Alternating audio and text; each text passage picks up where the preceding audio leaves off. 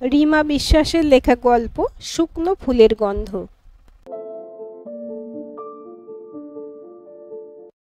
একটা সম্পর্ক যখন তৈরি হয় তখন কি ৭ পাঁচ ভেবে তৈরি হয়? ভাবে কি এর ভবিষ্যৎ কি?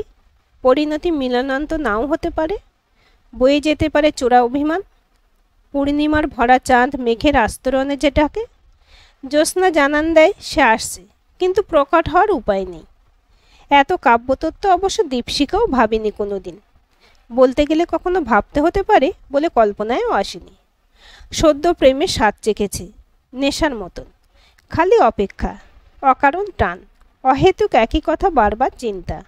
অর্কপ্রভ অফিসের সিনিয়র, কলেজে নয় অফিসে প্রেম। মেয়েরা বোধহয় সার্ফ ব্রেনে একটু বেশি আকৃষ্ট হয়। অর্কপ্রভ আইআইটি খড়গপুর শহরের নামে আইটি কোম্পানিতে ভালো পোস্টে আছে।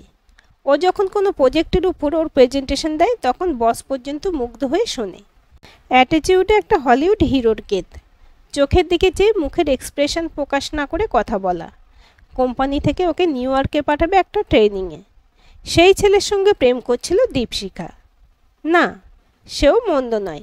ফিজিক্সে এমএসসি করে এখন চাকরি করছে ওই একই কোম্পানিতে। দীপশিখার গড়ন সুন্দর, কসরত করা, প্ল্যান ডায়েট ফলো করা, স্কিনের স্টেপ বাই স্টেপ যত্ন নেওয়া চেহারা। বুক, পেট, কোমর, নিতম্ব সুন্দর মাপের। গায়ের রং দেশি নয়নতারা, চোখের মনে গোমেদ আভার, মাথার চুল রেশমি। যে কোনো সম্পর্কে একটা প্রাথমিক আকর্ষণ একে অপরের কাছে আনার জন্য ভাইটাল ফোর্সের কাজ করে। এক্ষেত্রেও তাই হয়েছিল। রূপে গুণে ব্যক্তিত্বে একে অপরের প্রতি আকৃষ্ট হওয়া, তারপর সম্পর্ক যেমন ছাঁচে পড়ে। দীপশিখা কোনোদিনও কল্পনা করেনি এক ঘর অফিস কলিগের সামনে হাঁটু গেড়ে বসে অর্কপ্রভ বলবে, will you be my valentine beautiful lady. সেদিন 14ই ফেব্রুয়ারি ছিল। ইচ্ছে করছিল একটু নখরা করার, তালবাহানা, ভেবে দেখব টাইপ কিছু কথা, কিন্তু হয়নি। ওর চোখে চোখ রাখতে আর তালবাহানার কারুকাজে যেতে হয়নি। সম্পর্কটা শুরু হয়েছিল পরম শান্তির সঙ্গে। নাক টেনে মিষ্টি ফুলের গন্ধ নিলে যেমন পরিতৃপ্তি আসে, যেমন কনকনে শীতে কুসুম রোদের ওম, গ্রীষ্মের দাবদাহের পর অবিরাম বাড়িধারা। প্রায় 1.5 বছরের টানা রিলেশন। কখনো কথা বন্ধ বা ঝগড়া ঝামেলা কিচ্ছুটি হয়নি। বন্ধুরা বলতো স্বর্গে জোড়া তৈরি হয়, তার প্রকৃষ্ট উদাহরণ হলি তোরা। কখনো কখনো হিংসা হয় তোদের দেখলে, আমরা কেন এত চুলোচুলি করে মরি। ভাই, তোদের মতামত বুঝে সবসময় এক থাকে? তা কি কখনো থাকে? কিন্তু যা থাকে তা হলো আন্ডারস্ট্যান্ডিং। কোনো চর্চায় একে অপরের মতের অমিল থাকলেও উভয় পক্ষ উভয়ের মতকে সমর্থন না করলেও অবজ্ঞা করতো না, শুনতো একে অপরের বক্তব্য। তারপর নীরবে সে বিষয়ে একটা সময় সমাপন টানা। নানা আলোচনার ভিতর যেমন আলোচনা হচ্ছিল প্রতিভা, ভাগ্য আর পরিশ্রমের উপর। দীপশিখা বলল, যাই বলো, আমার মনে হয় ভাগ্যই সব। ভাগ্যে থাকলে ফকির রাজা হবে, আবার ভাগ্যই রাজাকে ফকির করবে। অর্কপ্রভ কপালে আঙুল বুলিয়ে বুড়ো আঙুল দেখায়, তারপর মাথায় তর্জনী ঠেকিয়ে বলে, এখানে নয়, সব রয়েছে এইখানে। ঘটে বুদ্ধি থাকলে তুমি 15 টাকার মুড়ি আর 40 টাকার গুড় কিনে 10 প্যাকেট মোয়া বানিয়ে একটা প্যাকেট 20 টাকায় বিক্রি করে রোজগার করবে 200 টাকা। এভাবে পার্শ্ব ব্যবসার দ্বারা ঝুনঝুনিওয়ালা, টায়ারওয়ালা নাম দিয়ে কোটিপতি বিজনেসম্যান হয়েছে। এদের ব্যবসার ভিত্তি কিন্তু খুব নমিনাল জিনিসপত্রই ছিল। তার ভাগ্যে ছিল বলে সে মাথা খাটিয়েছে, নইলে আজীবন লোকের থেকে ধার করে মুড়ি গুড় চাইতো আর দিন যাপন করত। তবে স্টিভ জবসকে কি বলবে? লোকটার খাওয়ার পয়সা ছিল না বলে কত পথ হেঁটে আমেরিকার কোনো কৃষ্ণা টেম্পলে ভোগ খেয়ে পেট ভরিয়ে শেষে হয়ে গেল অ্যাপেলের কোফাউন্ডার, চেয়ারম্যান, সিইও। এখানে ওর ব্রেন ওর লেবার নেই। ভাগ্য ভাগ্য করলে ওকেও ওই মন্দিরে বসে ভজন কীর্তন করতে হতো। সব কিছু পূর্ব নির্ধারিত। অর্কপ্রভ সায়েন্টিস্ট হওয়ার ডেস্টিনিতে ছিল। যারা ডেস্টিনিতে বিশ্বাস করে তাদের কি বলে বলো দেখি? কি বলে? না, আমি ঠিক জানি না, তোমায় জিজ্ঞেস করছি। যারা মেধায় বিশ্বাসী তাদের যা বলে তার উল্টোটা। সঙ্গে সঙ্গে হেসে ফেলে দুজনে। তারপর ঘন্টার পর ঘন্টা একে অপরের হাতে হাত রেখে সন্ধ্যের সুকোমল আকাশের ছায়ার তলে এক মিষ্টি অপরাহ্ন যাপন। নিজের কোলে দীপশিখার মাথা রেখে আঙুলের স্পর্শে ওর কপালে, নাকে, ঠোঁটের বাঁকে যেন প্রকৃতি আঁকতে চাইতো অর্কপ্রভ। কম্পিউটার যেমন একটা নকশার ছাপ তুলে নেয় মেমোরিতে, ও বুঝি তেমনভাবে একটা প্রতিলিপি তুলে নিত মনে।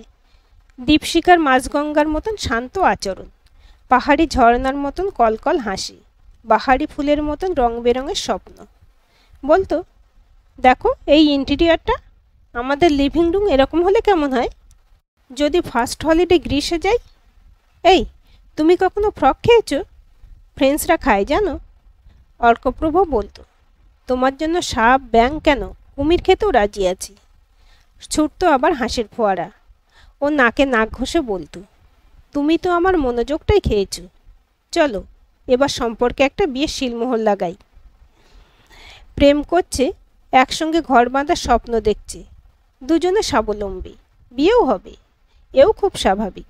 এ নিয়ে অত কথা ভাবেনি দীপশিখা। বলতে গেলে বিয়ের কথা উঠলে নিজেই অনীহা দেখিয়েছে। এত তাড়াতাড়ি সংসারে ঢুকলে প্রেমের মিষ্টি গন্ধটা যেন বাসি না হয়ে যায়। কিন্তু যে ভাগ্যে বিশ্বাসী তার সঙ্গে ঘটনাগুলো ঘটেও সংযোগে।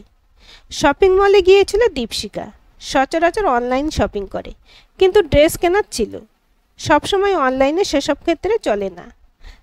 4টে ড্রেস হাতে নিয়ে যখন বিল কাউন্টারে যাচ্ছে তখন একেবারে অতর্কিতে সামনে অর্কপ্রভ। ওর সঙ্গে স্বল্প দৈর্ঘ্যের মাঝারি গড়নের বছর 65-র মহিলা। তাকে চেনে দীপশিখা। অর্কপ্রভ ওর মোবাইলে ছবি দেখিয়েছে, ওর মা। দীপশিখা ঝুঁকে প্রণাম করলে উনি হাসলেন। অর্কপ্রভ বলল, মা, ও দীপশিখা, আমরা এক অফিসে কাজ করি। আমি বাড়িতে ওর কথা তোমাদের বলতাম। আমরা একে অপরকে নিয়ে সিরিয়াস। ভদ্রমহিলার হাসি মাখা মুখ যেন ছ্যাঁকা খেল। বলিরেখাগুলো হঠাৎ স্পষ্ট। আবার ফিরে তাকালেন দীপশিখার দিকে। তারপর বললেন, তোমার নাম কি? একটু অবাক লাগলো প্রথমটায়। এইমাত্র তো নাম বলে দিল অর্কপ্রভ, তবে আবার কেন জানতে চাইছে? দীপশিখা হাসি হাসি মুখ করে নাম বলল। উনি এবার স্পষ্টভাবে জিজ্ঞাসা করলেন, টাইটেল? দীপশিখা পদবী বলল। ভদ্রমহিলা ভুরু কুঁচকে ছেলের দিকে চেয়ে বললেন, কায়ে তো নয়, একেবারে নমশূদ্র? তোর বাপি জেঠু কেউ মানবে? কথাটায় কান মাথা তখন ঝাঁঝা করছে। দীপশিখা নিজের অস্তিত্ব নিয়ে যথেষ্ট সজাগ। ও জানে সমাজে জাতপাত নামক একটা রোগ ছিল কোনো একটা যুগে, কিন্তু তা বলে এখন, এমনকি অর্কপ্রভুর মতন ছেলেদের পরিবারে। অর্কপ্রভুর দিকে তাকাতে দেখল ও মার প্রেমিকার ভিতরে ব্যালেন্স করতে পারছে না। একটা কনফিউজড পরিস্থিতি। খারাপ লেগেছে, কিন্তু সঙ্গে আছে ভয়। প্রথম ধাক্কা, মেশুনও সামলে উঠতে পারে না। ও তো বছর 28-এর একটা ছেলে। তাই হয়তো মুখে কিছু বলতে পারল না, শুধু অপ্রতিভ মুখে দাঁড়িয়ে রইল। তা দেখে দীপশিখারও বুকে অভিমান জমল। কিছু তো বলতে পারত অর্কপ্রভ। অন্তত বলতো নাই, মা, ভালোবাসার কি কাস্ট হয়?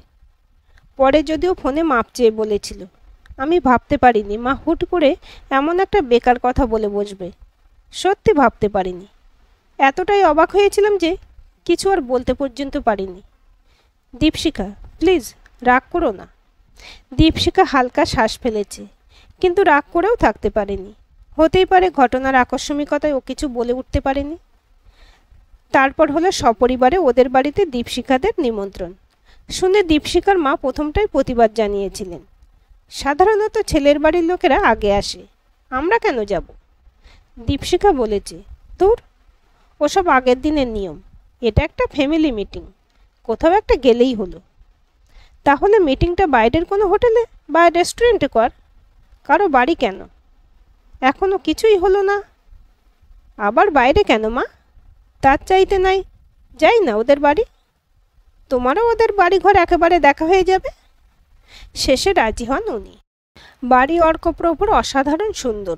বিশ্বকর্মা স্বয়ং এসে যেন ডাইনিং হল সাজিয়ে দিয়ে গেছেন।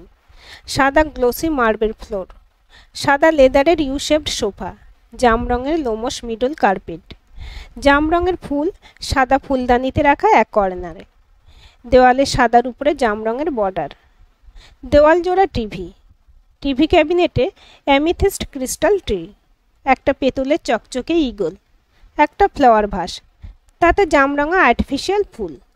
দীপশিখার মা চারিপাশ নিখুঁতভাবে দেখছিলেন। একটা সময় দেওয়ালে ঝোলানো পেন্টিংয়ের মনোযোগী হলেন। একটা 3D পেন্টিং। অর্কপ্রভুর মা গলা খাঁকারি দিয়ে বললেন, ওটা আমার ভাই আমাদের অ্যানিভার্সারিতে দিয়েছিল, প্যারিসের। এখানে রেট ধরলে 1 লাখের উপর দাম। ওদের তো পাউন্ডে হিসেব, আর লাখ টাকা ওদের কাছে নস্যি।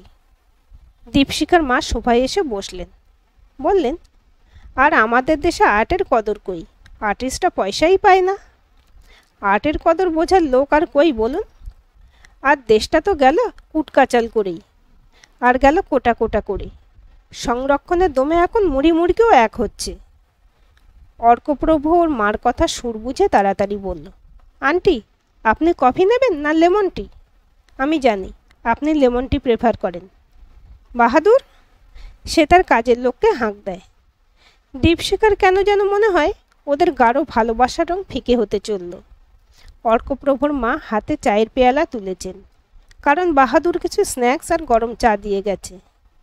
তার এক হাতে ফিশ কাটলেট, এক হাতে চায়ের কাপ। ফিশ কাটলেটে কামড় বসে চিবুতে চিবুতে উনি বললেন, আমাদের আবার ছেলের বাড়ি আগে মেয়েদের বাড়িতে যায়, আপনাদের বুঝি এই নিয়ম? দীপশিখার মা মৃদু প্রতিবাদী হলেন, আমাদেরও তাই। কিন্তু দীপশিখা বলল, এখন নিয়মকানুন সব বদলেছে, তাই। নিয়মকানুন কিছুই বদলায় না ভাই। অর্কপ্রভু আবার সজাগ। মা, তুমি শুনেছ অনিল এবার মরিশাস যাচ্ছে? উনি ভুরু মাকান। কে অনিল? ওই জগন্নাথ অ্যাপার্টমেন্টে থাকে, তোর স্কুলের বন্ধু। হ্যাঁ হ্যাঁ, ওর মা আর ওয়াইফ। ও আচ্ছা আচ্ছা। তা অর্ক, ওরা শিডিউল কাস্ট না? হ্যাঁ, কি যেন টাইটেল, মান না দা। ভদ্রমহিলা চোখ পিটপিট করে মুখ স্লিংয়ে করে বিড়বিড় করছেন। দীপশিখা একটা কড়া প্রতিবাদ আশা করল, কিন্তু দেখল অর্কপ্রভু ঘামছে। একটু পরে ডাইনিং হলে এলেন অর্কপ্রভুর বাবা। ভদ্রলোককে দেখে নির্বিবাদ শান্তকুচের মনে হয়।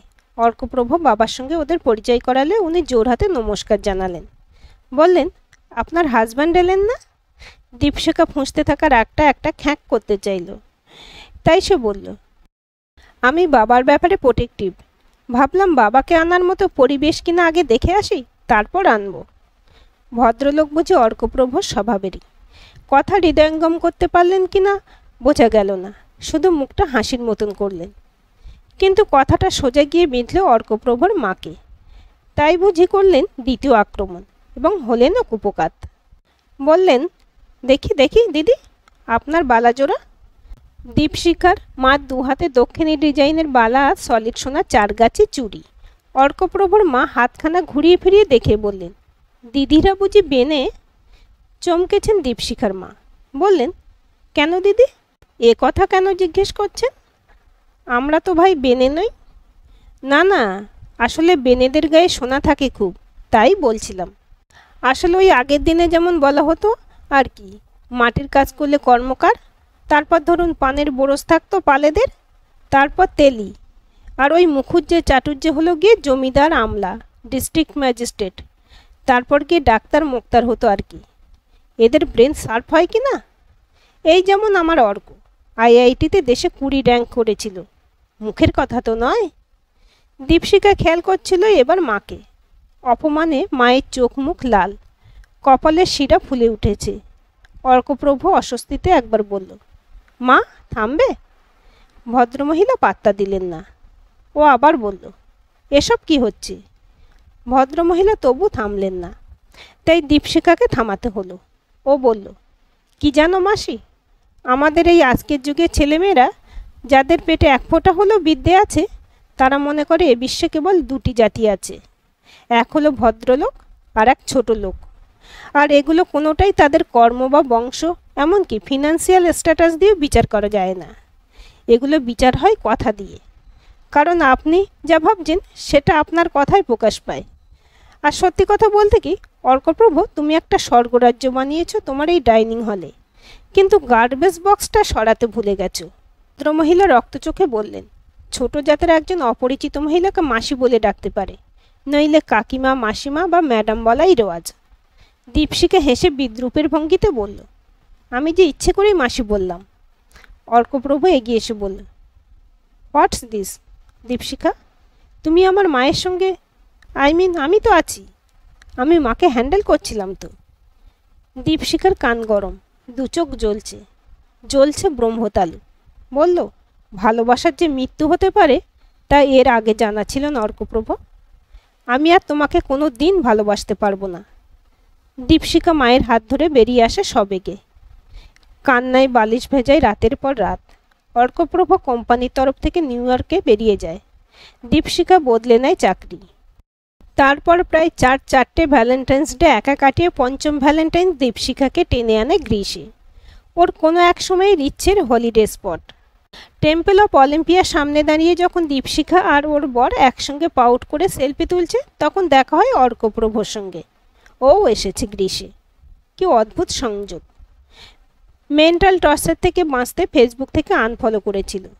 ভেবেছিল কখনো খোঁজ নেবে না ওর, কিন্তু ভগবান না মানলেও ভাগ্যকে মানতেই হয়। অর্কপ্রভ হাসি মুখে এগিয়ে এলো। পরিচয় করালো ওর স্ত্রীর সঙ্গে। Meet my wife Elina, she is an Italian. কটা চোখ, লাল চুল, সাদা চামড়ার পুতুল। তোমার মা মেনে নিলেন? জিজ্ঞেস করলো দীপশিখা। অর্কপ্রভ মাথা নেড়ে বলল, আমায় একটু সময় দিলে তোমাকেও। ওকে থামিয়ে দীপশিখা বলল, আমার হাজব্যান্ড একজন গ্রিক। এখানে এসেছিলাম কাজের সূত্রে। মাস ছয়েকের আলাপ, তারপর বিয়ে। নীল চোখের বাদামি চুলে এক সুপুরুষ তখন মোবাইলে নিজেদের তোলা ছবি দেখায় ব্যস্ত। দীপশিখা আর অর্কপ্রভ তাকিয়ে একে অপরের দিকে। দীপশিখা ভেবেছিল কখনো আর ভালোবাসতে পারবে না অর্কপ্রভকে। তবু বড় টান, বড় টান। ভাগ্যিস তোমার বউ বাংলা বোঝে না, হাসি মুখে মন্তব্য করে দীপশিখা। অর্কপ্রভ হাসে। আজকাল আমার একটা পরিবর্তন হয়েছে। কেমন? আমি ভাগ্যে বিশ্বাস করতে শুরু করেছি। আর আমি অ্যাকশানে। পিছন ফিরে ক্রিস্টোফারের হাত ধরে হাঁটা দেয় দীপশিখা। একটা অদম্য আকর্ষণ পিছু ফিরে দেখার জন্য টানছে। টান, বড় টান। দীপশিখা চোখ বুজে মনে করতে চায় সেই ডাইনিং হল। তেতো স্বাদ নিমেষে ভুলিয়ে দেয় মিষ্টত্ব। দীপশিখা বুক ভরে রোদের গন্ধমাখা বাতাস টানে। টান, পিছু টানে। আজকের এই গল্পটি আপনাদের কেমন লাগলো কমেন্ট করে জানাবেন। ভালো লাগলে অবশ্যই একটা লাইক দেবেন আর চ্যানেলটি সাবস্ক্রাইব করে সাথে থাকবেন।